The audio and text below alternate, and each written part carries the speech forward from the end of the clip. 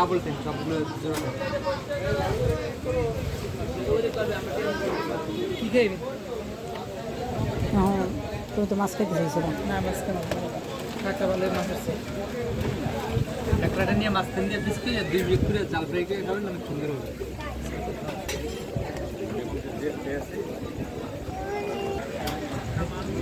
দাদার মায়ের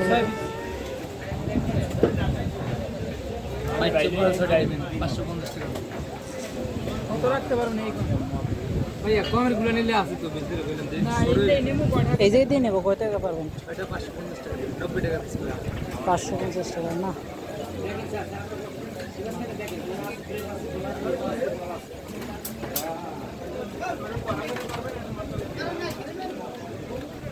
দেন আমরা খুশি দিলে না দিলে সেইটা বাদ দিয়ে দিলে 500 টাকা